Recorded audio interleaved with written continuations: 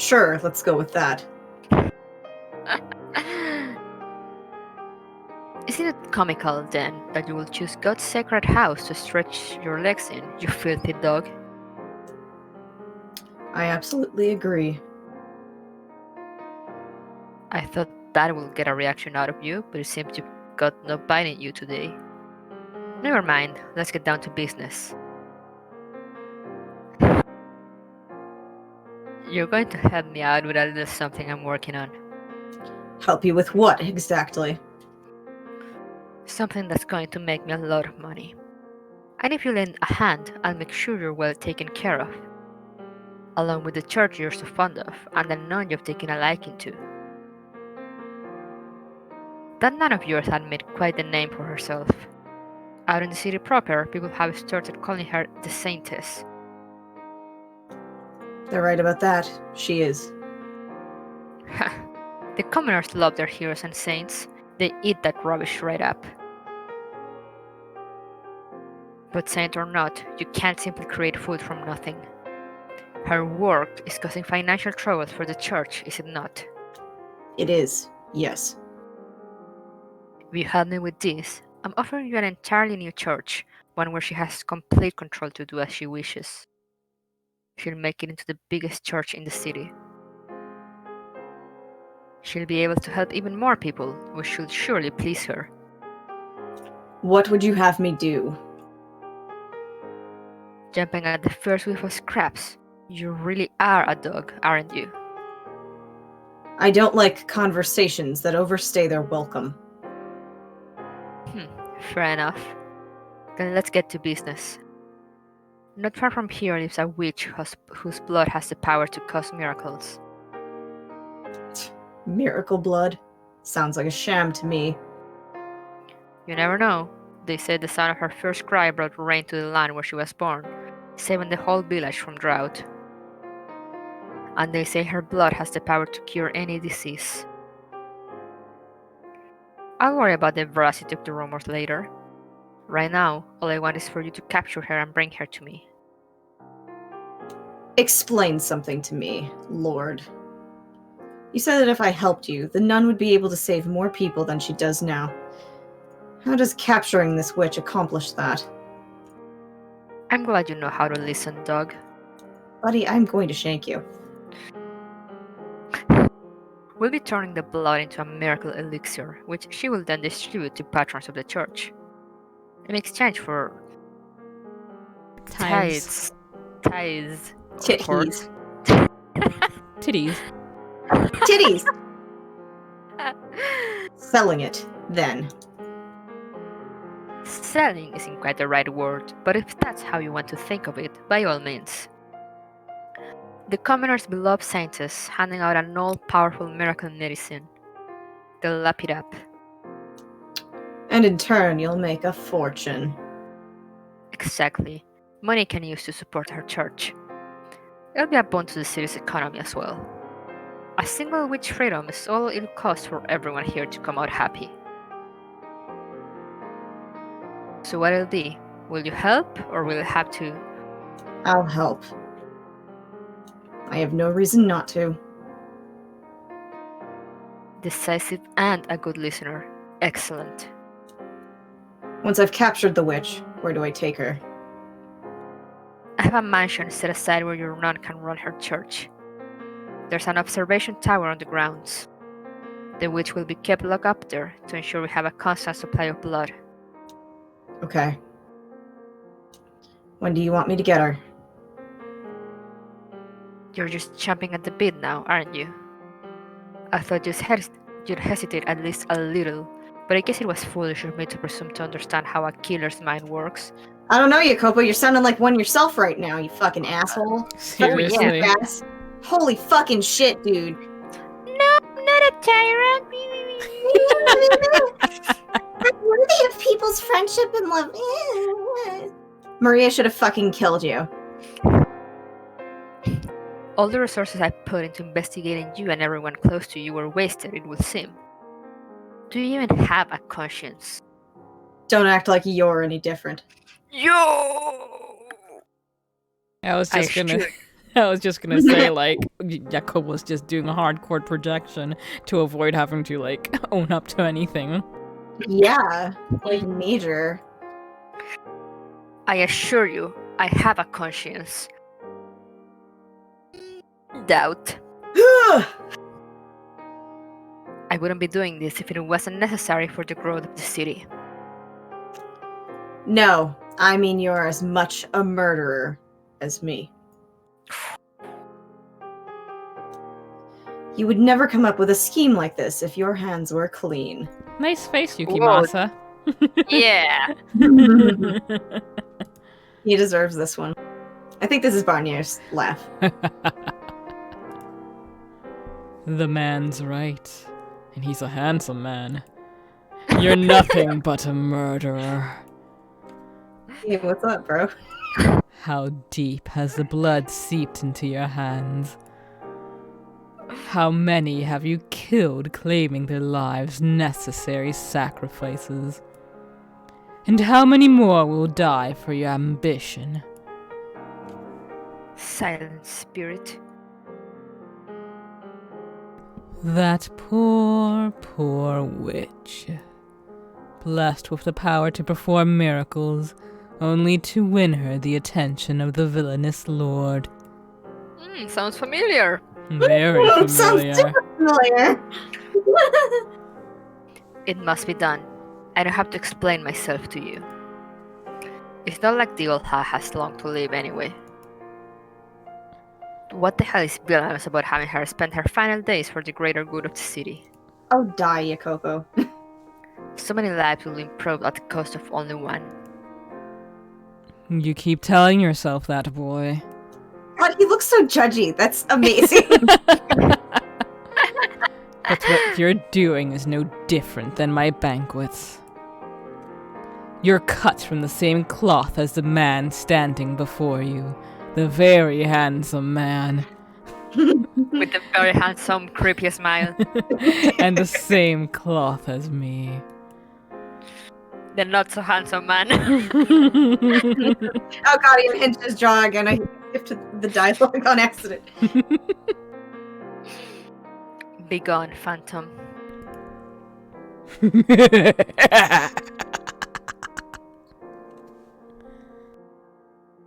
Wet your mouth, dog. Don't you dare insinuate I will ever condescend to your level. Condescend. You're already in the fucking ground.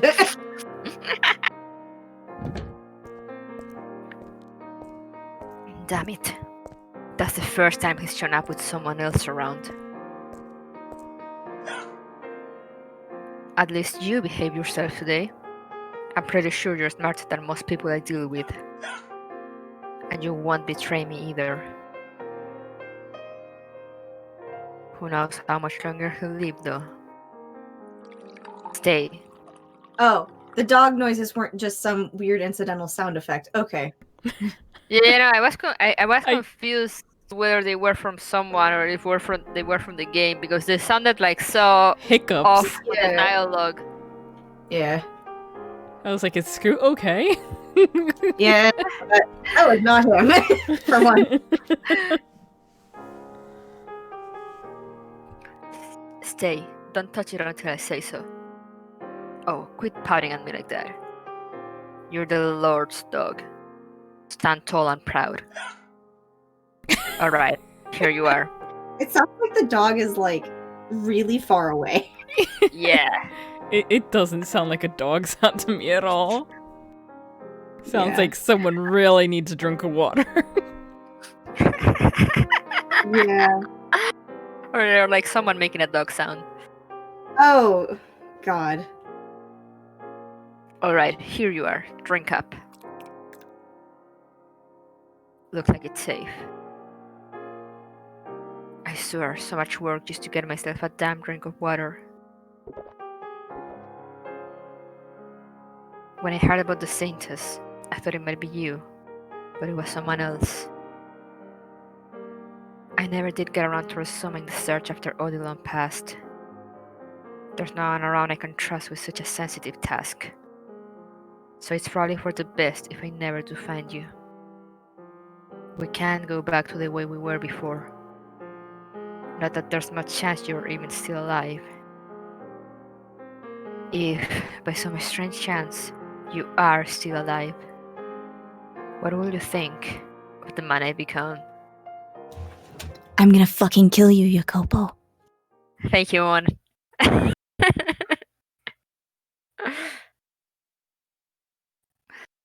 Several days later than originally planned, the Far Eastern man finally arrived at the mansion. I had arranged to meet with him on the uppermost level of the observation tower in the church grounds. Oh God, the stairs. Oh, the stairs. Oh, I got a PTSD response. Oof. There was so much blood in that one scene. Oh God, the door. No. No, dude. No. Oh fuck, man. Here we are again. I'm gonna What a cry. wonderful journey. God. I'm crying. No, Moon. I can't take this. This Ooh. is the worst. About time. The man appeared before me, a burlap sack slung over his shoulder. I had orders he use the sack, afraid he might be foolish enough to actually drag the old woman all the way here. There's your witch. He threw the bag to the ground, causing the woman inside to let out a muffled grunt. Uh, Didn't sound like an elderly woman's voice, though. This stench.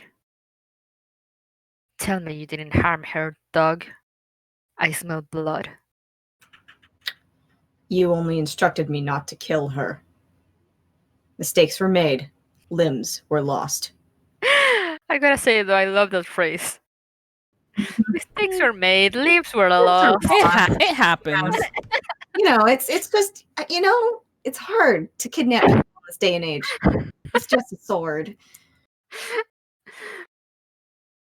Damn it. I cleaned up all the blood I got on me. No one suspected a thing. He's even farther gone than I imagined. I should have been clearer in my instructions. Though I suppose it doesn't matter much.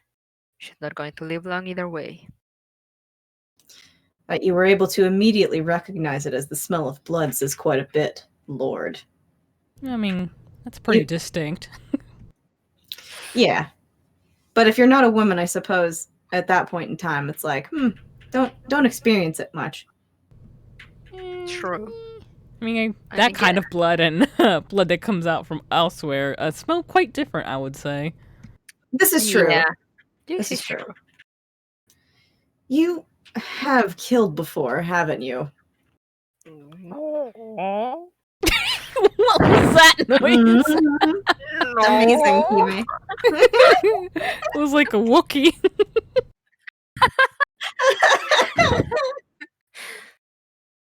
Enough yapping. She is alive, yes? Of course. Fighting back a sigh, I tossed my gaze from the man to the bag. I felt slightly sorry for the woman, but the feeling didn't last long. I had seen too many bloodied, mangled bodies, both dead and alive, to be faced by one more. He crouched down to untie the bag. Ah, yes. And a young girl came tumbling free. Get wrecked, Jacopo.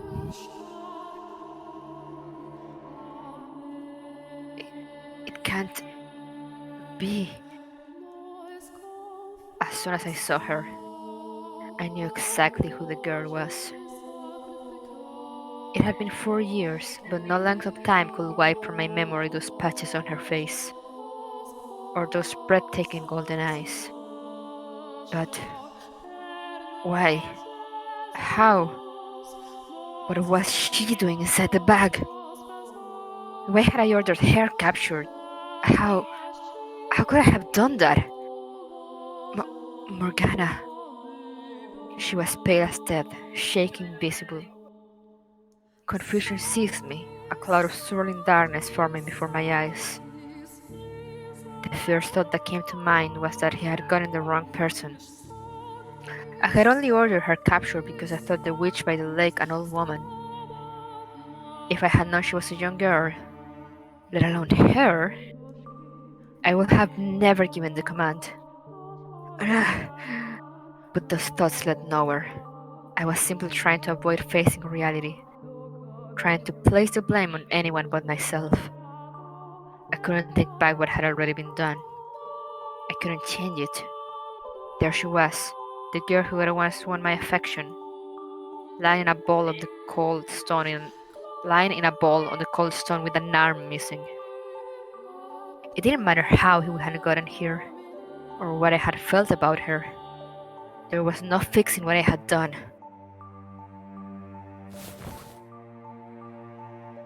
She looked up at me, at the source of the muttering above her.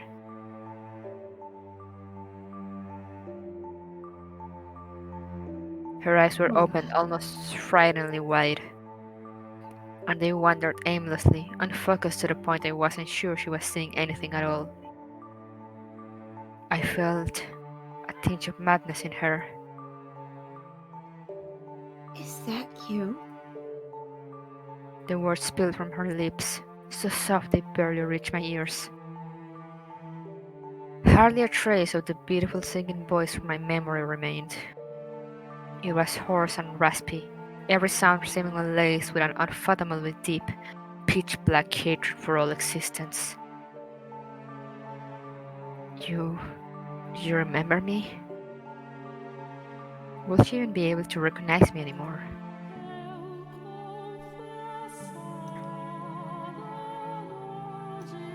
How could I ever forget? Morgana, she remembered me? The days we spent together.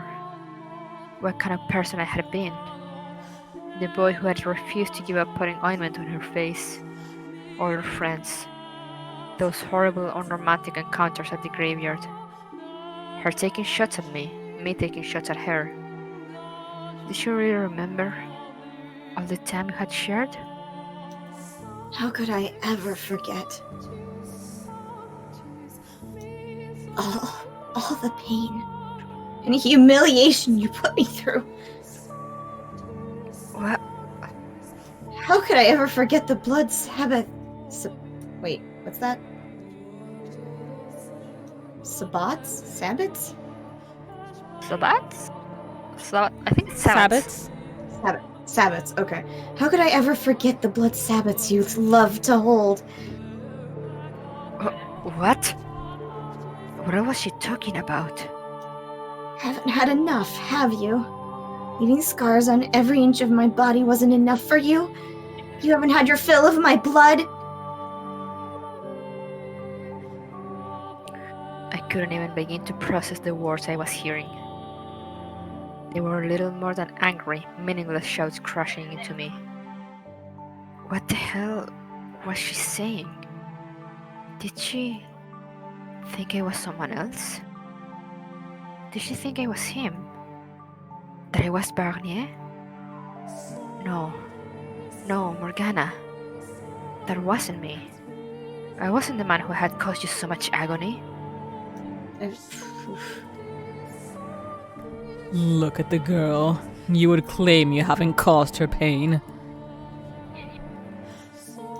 You're the man who bound me, cut me up, called me a witch, and tried to kill me.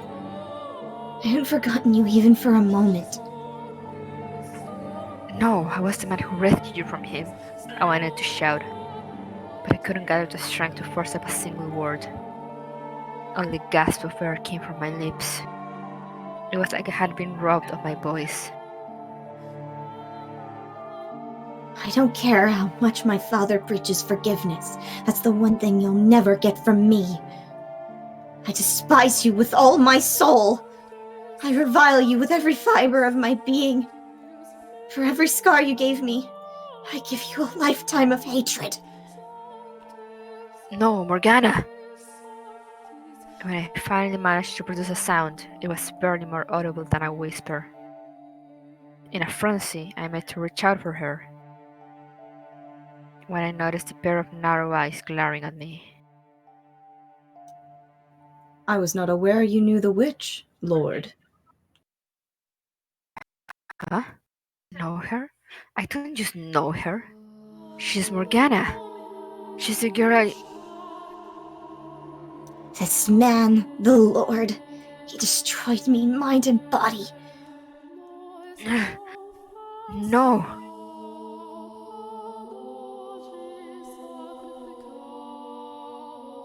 She's not wrong. That was another man. You have become that man to her. I am not Barnier. Do you hear yourself, boy? You're the rightful heir to the Barnier name, aren't you not? That's what you said when you stole the throne from me. This man ruined my life. And she's not wrong. She's not wrong. How will you respond, boy? Will you say it wasn't you? Can you say it wasn't you? How will you convince her? She's clearly not in her right mind. Would she even understand it if you revealed the truth? Can you do that, knowing it won't make it through to her? Will you tell her you're nothing more than a slum rat, a usurper, that you deceived your way into power, that everything you built up over these years was all a lie, that you killed your former friends for nothing, that Odilon died for nothing, that you endured betrayal after betrayal for nothing? Do you have the spine to say it, boy? All the sacrifices you made, all the pain you suffered to make it here, could all come crumbling down the moment you do.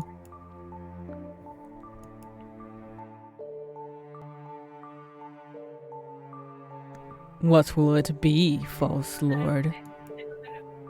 Is the girl worth it? Is sharing the truth with this half-dead girl on the brink of madness worth losing everything you worked so hard to accomplish? Make your choice. What's the matter, Lord? Yes, I know her. Or I knew her years ago. I see. What do you want to do? What do you want to do then, Lord? You look sick. What do I want to do? Obviously. Why? On Earth? This doesn't change anything. We'll lock the witch up and proceed as planned. Did I make this choice? Congratulations, boy. Thus concludes your inheritance of the name Lord Barnier. He's all decked out for Christmas. Yeah. Ding ding a ling, ding ding a ling. Gotta celebrate Jacopo's passing or whatever. Ah, crap. Now we have to endure Morgana. No, I can't do it. No. I love her so much. Why do they keep hurting her?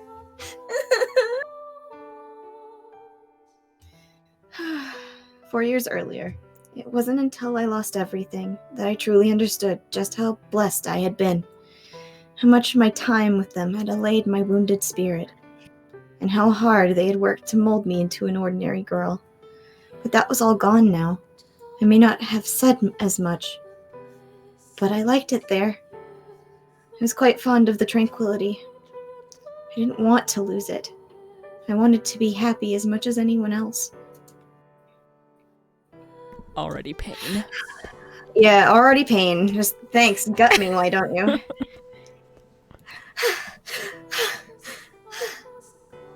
I'd long lost track of how far I had walked. My legs were stiff and my knees didn't want to bend anymore. Didn't know how to bend anymore. They lost their brains. It's fine. It took all my efforts to remain upright, and I was certain I would never get back up if I did fall down. I still couldn't wrap my mind around what had happened. Ah, fuck! Ooh, yay! Morgana's pills alarm went off. It was all so sudden, all so horribly senseless. It was so mind-bogglingly horrendous. Part of me refused to believe that it was anything more than a bad dream, and that was what kept me walking. Because if I did accept it as a reality, I would lose what remained of my will to live. It was supposed to be a party. The girls got together to celebrate my birthday, making food and treats that, while hardly extravagant, were still significant improvement over what we usually had. Everyone was laughing. Part of me was irritated by the whole affair, as I had never been comfortable in such lively environments. They were celebrating me. My birthday. I should have been overjoyed. Maybe this was my punishment for being so unappreciative. As soon as I stepped out, bandits raided the brothel. Had I stayed there but a few minutes longer, things likely would have turned out quite differently. Whether for better or worse, I couldn't begin to guess, but at the very least I probably wouldn't be here, alone. I could have gone with them to the next life. During the raid, a man grabbed me, and I lost consciousness almost immediately after. When I awoke, I was in a foul-smelling carriage. People were packed into the carriage like livestock. There were dozens of them, every inch of usable space filled with a body. Looking out across the cramped space, I knew instinctively I was on my way to becoming a slave. Once, I had been sold off as a saint, a highly valuable commodity. This time around, I was cheap, expendable labor. I was filled with an overwhelming emptiness as the realization struck. Something resembling sorrow wavered about in the void as well. But it wasn't a sadness for my own predicament. It broke my heart knowing I would never see them again. That everyone I had to thank for all those warm, peaceful days had either been killed or sold off. In time, the sadness swelled to form tears in my eyes. My whole life I had managed to endure without crying, and the first time I did, I shed tears for someone else. The man sitting next to me asked, "Why are you crying?" To which I answered, "I'm sad because I didn't get the chance to show my gratitude to people very dear to me." But if that had been the end of our conversation, I wouldn't be here, hobbling down this endless road alone. I wouldn't be covered in so much blood.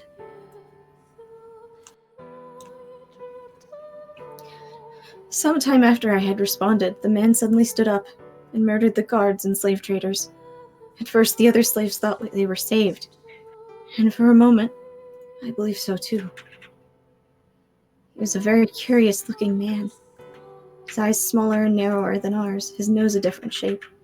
I had never seen anyone who looked like him before. All I knew was that he wasn't from around here.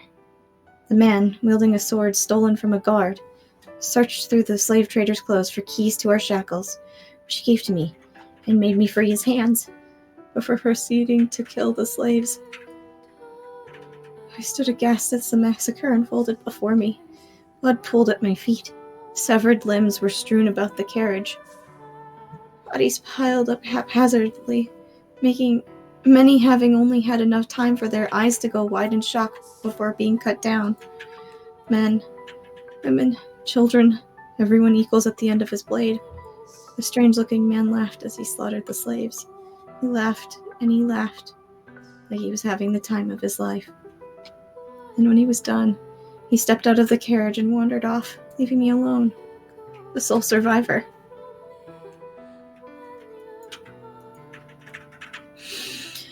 I had witnessed so much death in so short a time. Cruel, meaningless violence, its victims powerless to resist. And here I stood among the bodies, left alive. For some inexplicable reason, left alive. The screams, the despair, the pleas, the death, the laughter, all reverberating inside my head.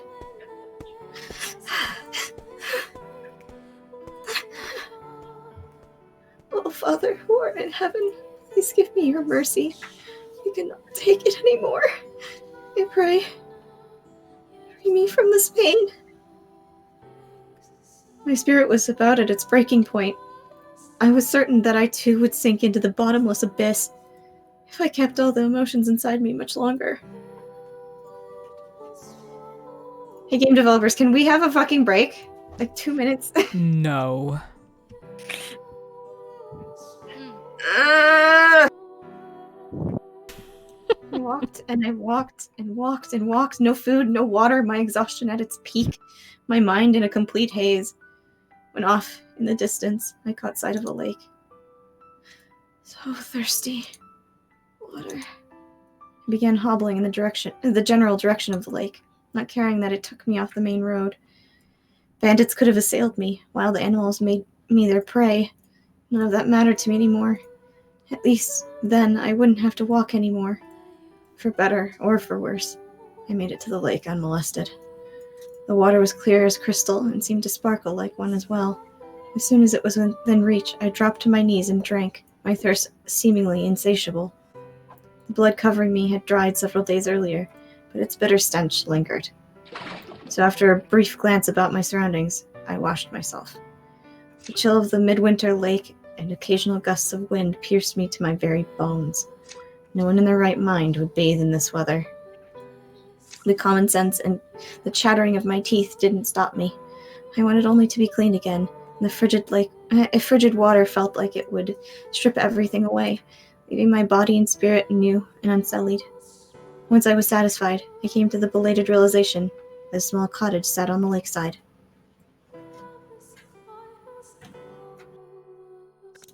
There's smoke coming from the chimney. Maybe there's someone inside. It could be someone bad, though. Maybe it would be safer to stay away. But who knows when I might find someone else.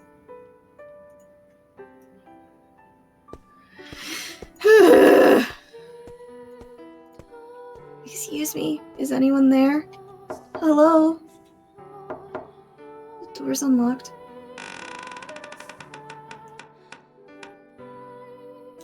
It was so warm inside. Heat from the fire seeped into my chilled flesh, spreading slowly.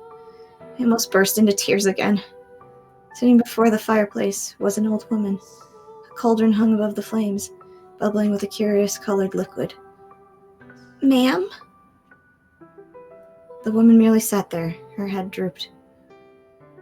Slowly, I approached her, half certain of what I would find, and placed my hand on her shoulder. She was dead. And I hardly so much as batted an eye at the sight of yet another corpse. And in fact, she looked like she had passed quite peacefully by comparison. How blushed she was. There was no sign bandits had been rooting through her cottage. Presumably, she had fallen asleep and passed away naturally while in the middle of concocting something. Looking around the room, I found myself surrounded by countless items I couldn't begin to identify. Plants of all colors hanging from the ceiling to dry. Berries crushed and stored in small glass bottles. Were I to guess, the old woman made her living off of herbal medicines. Having gotten a good look around the room, I thought that perhaps I had been guided here. And if my father had led me to this place, he would not frown upon me for doing what was necessary to make use of it.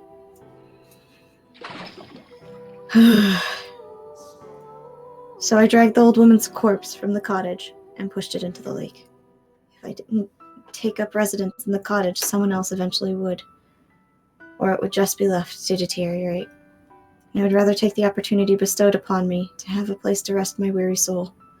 As the woman's body sank into the clear lake, a realization struck me. I hadn't crossed myself.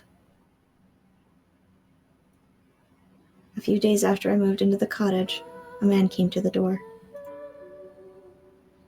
Apparently, he had been a customer of the woman's, a witch by trade, and he was looking for more medicine. When I spoke to him through the door, he gave a short gasp and said, Who are you? Where's the witch? I am her granddaughter. She's not presently home. Huh. Never knew the old lady had kids. So, when's she gonna be back? Not for some time. Well, damn. You know much about herbs, girl? As long as I can get my medicine, I don't really care who supplies it. You, her, doesn't matter. I'll still pay. One moment, please. My knowledge of herbology was essentially non-existent, but if there was a possibility I could make a living off it, there was no reason for me not to try. I asked the man to give me as much information about the herbs he had been receiving, color, texture, smell, anything, and rummaged about until I found something that fit the description. The entire exchange occurred through the barely cracked door. The man paid me as promised, but I quickly realized that money wasn't of much use to me, as I had no intention of returning to the city. So I told him that, in future, I would trade for supplies, which he happily agreed to. A few days later, another man called upon the cottage, but unlike the first man, he sounded crude and uncivilized. I didn't want to cut off potential source of supplies, though, so I handed him the medicine he requested, but when I did, he let out a low snicker and said,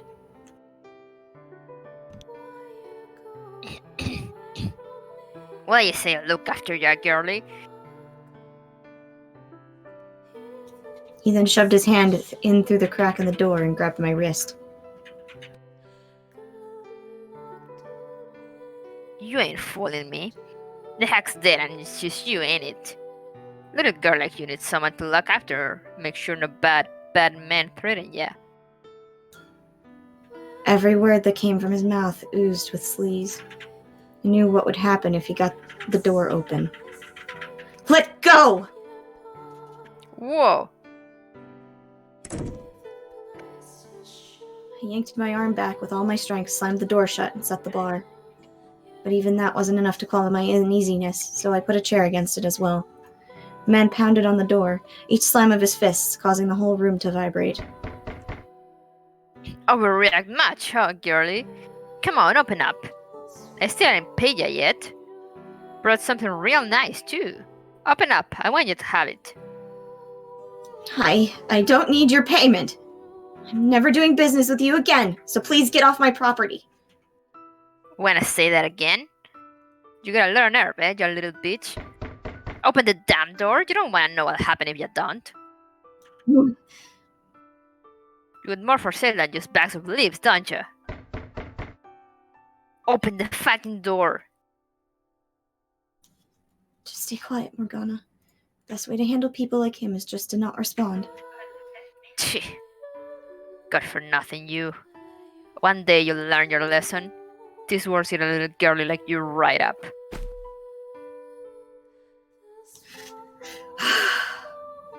After giving the door one final parting kick, the man stormed off, loudly grumbling about how stupid and ungrateful I was all the while. I didn't deserve a word of his cursing, but at the same time, I couldn't bring myself to be upset about it. He was right. The world would not be kind to a young girl living on her own. Not so long as men like him roamed free. I paced before the fireplace, my mind racing. I can't be sure I'm safe anywhere, not even here. But going back to the city isn't an option. Not while the Lord lives to keep throwing his blood sabbats. Everyone who might have protected me is gone. I have to make it on my own now. I have to be very careful about opening the door. I could be attacked again, or worse. I mean, most men would probably run as soon as they saw my face. Most doesn't mean all. There are some out there who will go after anyone. I can't let my guard down while I'm doing business, not even for a second. Men or women, everyone is a potential threat. I'll make it on my own. I don't need anyone else. Me, and only me. Being out here really has really shown me just how sheltered I was at the brothel. How kind everyone was. How peaceful my life was. I just want to go back. No, stop it, Morgana. You're stronger than that. I put enough wood on the fire for it to last the whole night, then curled up in a ball and slept beside it. For the first time in my life, Solitude frightened me. I am suffering! Baby. I'm gonna save this real quick, just in case my computer crashes. Who do you suppose this is? The mom? Jacopo? Somebody else who's dead?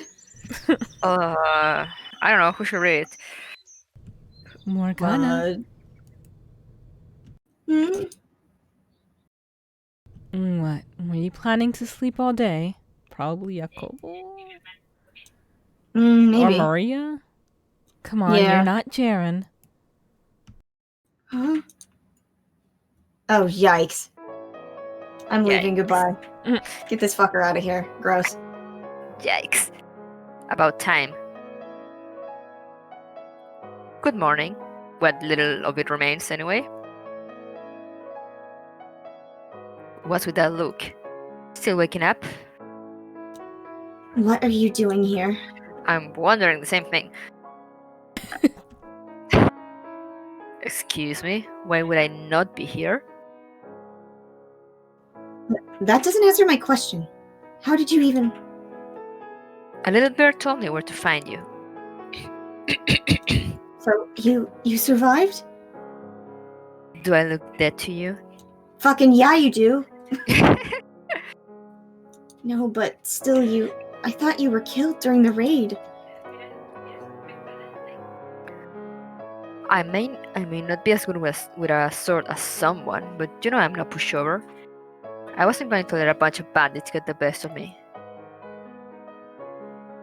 What? Were you worried? Seriously? I hadn't thought all you knew how to do was stand me to the fires of hell. Was I worried? Of course I was, you oblivious dolt! I never actually meant it when I said you should be cast into hell, but now I sure do because you're a fucking slave trader. Of course I want to see you dead. Of course it would hurt me to lose you. Oh, Morgana, I'm so sorry. This is the absolute worst man ever. I'm so sorry, Morgana. I'm sorry. That was callous of me. I was afraid I'd never see you again. I thought I had lost everything, everyone. I was scared to death. Whoa. No need to cry. You're tougher than that. I'm not crying. If you say so. What do you mean I'm tougher than that? What do you think I am, made of stone? First you try to pretend I'm a normal girl, and now you act like I'm some kind of heartless creature. Make up your mind already. I'm sorry, really. You're a perfectly ordinary girl, Morgana. Can you say that looking at my face? I'm looking at it right now. Even though I'm a mean-spirited, bitter little girl? Even though you're a mean-spirited, bitter little girl. Though it's nice you acknowledge it. I'll burn in hell.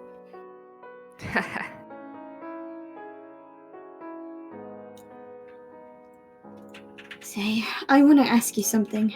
I want you to not call me weak for it this time. Let's hear it. Will you get the fuck out of my house? I don't want you here anymore. It terrifies me. Yeah, absolutely. I get the fuck out and never come back. Thank you. You know, you won't be, this is an extremely funny line just in the context of what you're saying. You know you won't be able to accomplish your dreams out here, right? You're fine with that? You bet. You told me to stay, and stay I will. We live right on a lake, and there's some mountains nearby. All things considered, it's not a bad location. We can plant some crops, go fishing in the lake, sprawl out on the grass under the starry sky. Sounds like a pretty good life to me. And maybe sometime you could sing a little song, and I'll sit there, listening quietly. Or if you want some accompaniment, I can procure some instruments. That sounds as nice to you as it does to me. Nothing? Seriously? What else could you want? How about... No. It's more than enough. Oh, I'm terrified that she's laughing. Price? Yes, if I could have a life like that, it would have made every misfortune in my life worth suffering. Gross. Frankly, her idealized version of Jacopo, it doesn't really completely match the real Jacopo, which slightly makes this better in my brain because she's also a kid. So Yeah, no, I mean, the thing is that Jacopo was very nice to her. It's just that now Jacopo is a piece of shit. And like, he well, and was also weird. Jacopo was like Yeah. had the hots for her, so it was worse. It was like, Yeah, that was like when he went that, like, that was just the beginning of his downfall. And it's like, Deadass. Imagine how genuinely sweet that could have been if it was a purely familial relationship. yo, God, it really would have been a good scene. I would have like, fucking cried. like this whole scene, like, if you see that like out of context, if you see like just this scene, it was so cute. But Yep. then all of Jacopo, and it's like, Picks up Morgan, takes her far away, and adopts her. Yep, that'd be me. Michelle and Giselle's child. Yes, yes. that's their baby.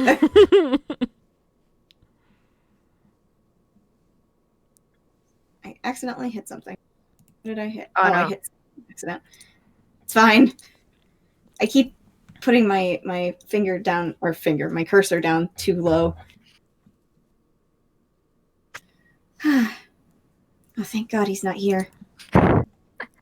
It was a nightmare. What else could it have been? He's dead just like everyone else. They all died in the raid. And even if he was alive, he wouldn't come looking for me. What a childish dream. Fight it, Morgana. Do not cry over a simple nightmare. You are the daughter of God. Your tears are only to be shed for others, not yourself. Oh, baby. Okay, I'm just gonna let her scream.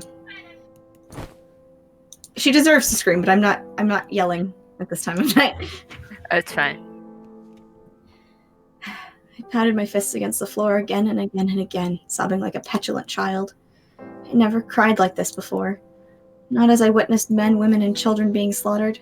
Not when I was taken from my home. Not when I was chained up and tortured by the Lord. It wasn't until I realized just how much I needed that warmth. And that I would never have it again. My spirit hit rock bottom. Finding and then losing happiness hurt worse than anything else. I wish I had never known happiness. I wish no one had ever shown me kindness. None of it means to have to go through this. I wish I'd never known what it was like to be normal. I could have just stayed the daughter of God my whole life. And I wouldn't be feeling like this.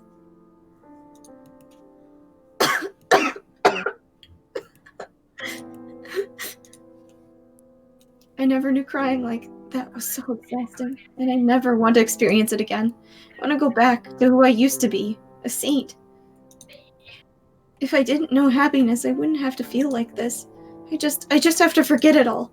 The part of my life it never happened. No peace, no rest. Only trials from my father. It is all I have ever known. It's not hard. Just don't think about those years. You won't have to cry like this ever again. It's for the best. It's my only choice. See? I was always right. I never was, and never will be normal. The only ones who will offer me salvation are God, or one of his angels. I'm suffering. I fucking hate this. God damn it. And I did precisely that. I led a solitary life. I did all my business hidden behind the cottage door. I sent away anyone who wasn't here for medicine. Once, a mounted man in armor rode up to the cottage. He looked like a knight, but I had no interest in getting involved with anyone who went around carrying weapons. I was responsible for my own safety, and so I had to be careful about who I opened my door to. I had to be extra careful about who I dealt with, but I didn't feel sad or lonely about it. By making that my normal, there was nothing to lament, which meant old memories served no purpose but to cause me pain. So I endeavored to push them far, far away into the depths of my mind. I couldn't simply discard my memories of what the Lord had done to me, of course, or of all the wonderful people I had met at the brothel. But as time trekked on, they faded into almost nothing. I couldn't describe what any one person's voice sounded like, how they acted around me, what kind of person they were, the things we did together, what they looked like, what their name was, anything of importance.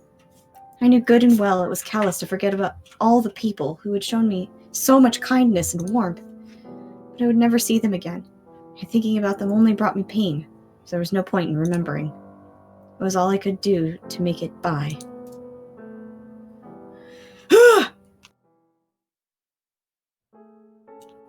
Nearly 4 years had passed since I had assumed the role of the Lakeside Witch. My 16th birthday was approaching, but my age was perhaps the only thing I had in common with an ordinary teenage girl. Although, if I had grown up like any other girl, having spent my childhood as a saint before being held captive by the Lord and made to witness countless people's deaths, that would probably mean there was something deeply wrong with me. By that point, a terrible cynicism had taken root in my heart. I built high walls around myself, keeping my contact with the outside world as terse and pragmatic as possible. With each passing day, my voice grew more monotonous. Is that how you say that? Yes. Yeah, I think so. My brain wants to say monotonous, but I'm pretty sure that's monotonous. My interactions following a well-rehearsed script. My customers didn't make any attempt to force their way into my shell, either. I'd begun to suspect they might think me not a witch by trade, but that I had actually formed a pact with the devil and had worked his dark magic. No one had said as much, but I could sense that what seemed to be fear in their voices when they came to me. On the other hand, I never had anyone else try to force themselves into the cottage like the man 4 years earlier, so I would say I had a rather peaceful life. If you considered a life in which no one wanted anything to do with you, peaceful, that is. I also had come to learn a fair bit about herbology. I could now make my own medicines rather than just making do with what was already here when I moved in, although a fair bit still amounted to almost nothing when compared to what my predecessor was capable of. Nonetheless, I had a relatively solid grasp on what herbs to use to treat different symptoms, enough to formally assume the name of the Lakeside Witch, at least. And so time flowed on, uneventful and quiet, until one day, when a young man showed up at my door. An age-appropriate young man. Oh, if only. Oh, if only. But you know what? With that, we will go ahead and end this stream right here. Thank you everyone who came, and for the rest of the week, things are going to be a little sporadic considering it's the holidays, but I do believe that Kidane and I will still be doing Battle Block Theater this Sunday at 6 p.m. EST. And what about you, Moon? Do you know roughly what your schedule might be? I don't know if we're doing Somnium Files upcoming or Hollow Knight either. I'm pretty sure Tori's going to be taking the holidays off. But I'm not positive of that, so don't quote me. My Tuesday stream though should be good to go. Let me just double check our dates here. Yeah, the next Tuesday is on the 29th. Yeah. I'm good for the 29th. My holiday stuff, obviously, with being home is going to be low engagement. Okie doke. And once January 1st comes around, I'll be back to uploading. I'll be uploading Corpse Party and Kingdom Hearts. And yeah. What about you, Kimi? Do you have any plan for the coming weeks? Oh yeah, Kingdom Hearts, so people can enjoy my suffering once again. But yeah, I don't know when exactly, but probably in January I'll start going back to streaming. I just don't know if it'll be like right away or like I don't know when, but January, yes. I just want to get like used to the new jobs, to the new work schedule, because I need to wake up earlier now, and I'm not really used to that. Like, because I just finished like my paperwork. I need to help my sister with her paperwork. Like, just get all that out of the way, so I can just focus on that, or like just working and streaming. So yeah, sometime in January. But as I said, I might try to start uploading, like to start uploading again, like next week. Alrighty. Sounds good. Well, My- take care. Yes? My computer crashed. Oops. It waited till the end of the stream to crash again. Well, thank you, computer, for waiting. As for the rest Yay! of you, take care. Bye bye.